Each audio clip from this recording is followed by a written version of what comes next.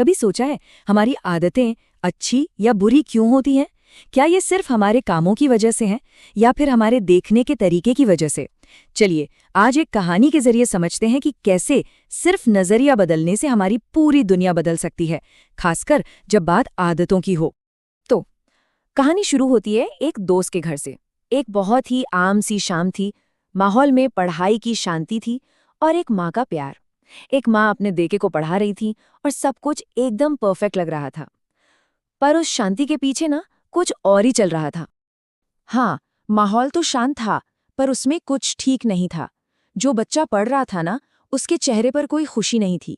उसकी आंखों में एक अजीब सी उदासी थी और कंधे झुके हुए थे जैसे कोई बोझ हो।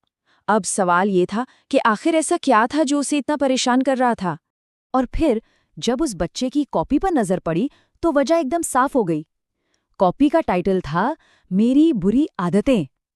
पता चला कि उसे स्कूल से अपनी 10 बुरी आदतें लिखकर लाने का होमवर्क मिला था ताकि वो उन्हें सुधार सके।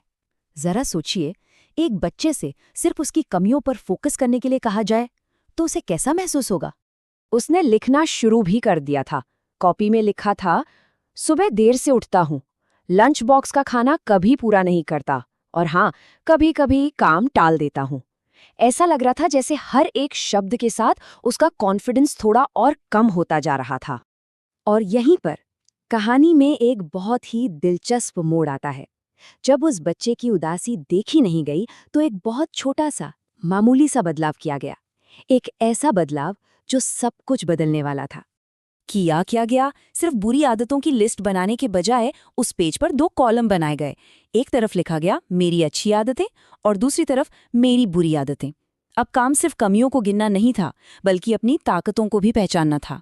एक छोटा सा आइडिया जिसका असर बहुत बड़ा होने वाला था। इस छोटे से बदलाव का असर फौरन दिखाई दिया। बच्चे के चेहरे से वो उदासी के बादल जैसे छट गए और वहां उम्मीद की एक चमक आ गई। उसे ऐसा लगा मानो किसी ने उसके ऊपर से कोई भारी बोझ ही हटा दिया हो। और फिर उसने लिखना शुरू किया। अच्छी आदतों वाला कॉलम तो पल भर में भर गया। मैं साफ सुथरा रहता हूँ, मेरी हैंडराइटिंग सुंदर है, मैं बड़ों का आदर करता हूँ, समय पर पढ़ाई करता हूँ।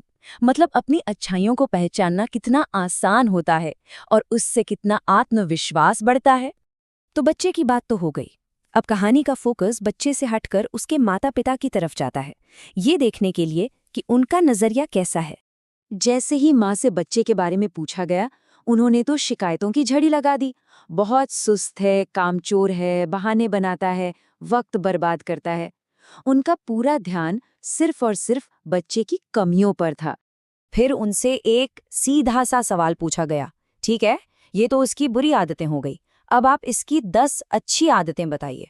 और बस इस एक सवाल ने कमरे का पूरा माहौल ही बदल दिया। इस सवाल के बाद कमरे में एक गहरी खामोशी छा गई, एकदम सन्नाटा। माता पिता दोनों एक दूसरे का चेहरा देखने लगे। उन्हें अपने ही बच्चे की अच्छाइयों को याद करने में वक्त लग रहा था। ये एक बहुत बहुत ही जरूरी पल था।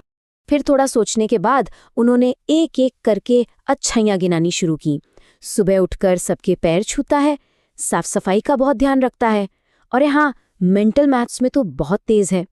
और धीरे धीरे उनका खुद का नजरिया भी बदल रहा था। तो देखिए, ये कहानी सिर्फ एक बच्चे और उसके माता पिता की नहीं है। ये कहानी हम सब की है। ये हम सबको नज़र और नजरिए के बीच का एक बहुत गहरा फर्क समझाती है। तो इस कहानी का सबसे बड़ा सबक क्या है? यही कि कोई भी इंसान पूरी तरह से अच्छा या पूरी तरह से बुरा नहीं होता। हम सब में अच्छाई भी है और बुराई भी। सवाल बस इतना सा है कि हम पहले क्या देखना चुनते हैं। इसे एक और तरह से समझिए। हमारी आदत होती है कि हम किसी में पहले रावण को देखते हैं, मतलब उसकी बुराइयों को, जबकि असली चुनौती तो उसके भीतर छिपे राम यानी उसकी अच्छाई को खोजने की है। तो आखिर ये नजरिया है क्या? ये सिर्फ वो नहीं है जो हम देखते हैं, बल्कि ये हमारा चुनाव है कि हम चीज़ों को कैसे देखते हैं। नज़र हमें सिर्फ सच दिखाती है, पर नजरिया हमें उस सच का मतलब समझाता है। तो अब सवाल ये उठता है कि इस पूरी सीख को हम अपने जिंदगी में कैसे उतार सकते हैं। इस कहानी से असल में हमें क्या लेकर जाना चाहिए? ये एक बहुत ही सीधी लेकिन असरदार प्रक्रिया है। जब हम अपनी अच्छाइयों पर ध्यान देना शुरू करते हैं तो हमें एक ताकत मिलती है, एक आत्मविश्वास मिलता है, और यही ताकत हमें अपनी बुरी आदतों को सुधारने और उन पर काबू पाने में मदद करती है। और अंत में एक बात जो हमेशा सच रहती है, दुनिया नहीं बदलती, लोग भी नहीं बदलते। जो बदलता है वो है हमारा उन्हें देखने का नज़रिया। और जिस पल हमारा नज़रिया बदलता है, उसी पल हमारे लिए पूरी दुनिया बदल जाती है। तो इस पूरी चर्चा को इसी एक सवाल के साथ खत्म करते हैं। जब किसी के बारे में सोचते हैं, चाहे वो कोई और हो या खुद के बारे में ही क्यों ना हो, तो मन में सबसे पहले कौन सा कॉलम भरता है, अच्छाइयों का या बुराइयों का? इस पर